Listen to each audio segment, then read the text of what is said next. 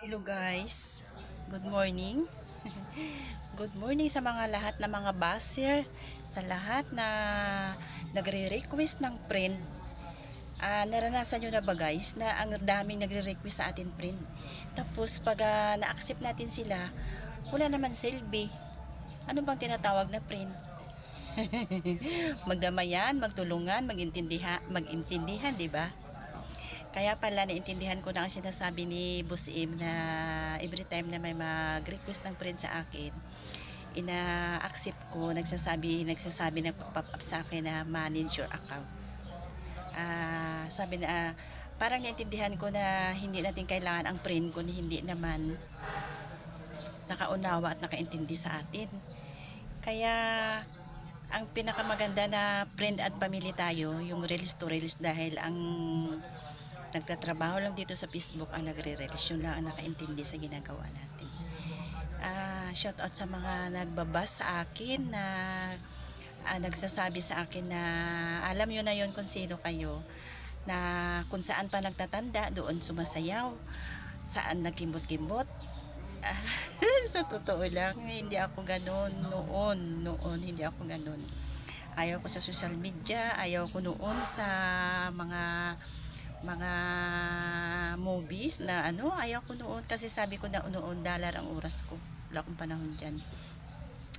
Pero hindi natin maiwasan kung ang tadhana na ang magpunta sa atin at ang Panginoon ang nag-guide sa atin kung bakit, kundi ang pinakaayaw natin dito na tayo nilagay. Kaya shout out sa nagagalit lagi sa akin na sumasayaw, kumakanta, pumupos, huwag ka mo magalit. Sa lahat na nang lait sa akin mga baser, dahil yun ang trabaho namin na nagre-release.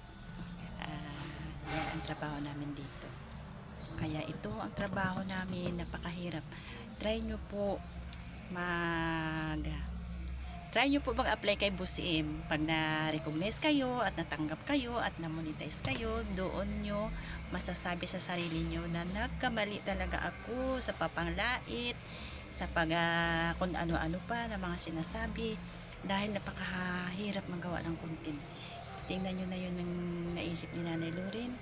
Yan. Ito ang bawang na may sili. Tinatago ko to kasi pag makita to ni tatay, naku, lagot ako. Biruin mo. Yan. Yan, para na lang makagawa ng content. Di ba? Kaya sa mga lahat na hindi nakaintindi sa mga trabaho namin dito, lahat ng mga karils, kami nga mga karils, kami ang pamilya dito, nakaintindi dito, pero sa mga baser at saka sa mga old friends na alam ko nandyan pa, hindi madali pumasok sa patag ng social media. Kaya sana naunawaan nyo ako, huwag nyo ako sabihin na matanda na ako, sumasayaw pa ako dito, dahil kailangan ko sumayaw. Ang sabi ni Boss M kasi, transform. Kaya hindi ko kaya mag-transform na mag-lipstick, kung ano-ano pa, dahil hindi ko yung naranasan.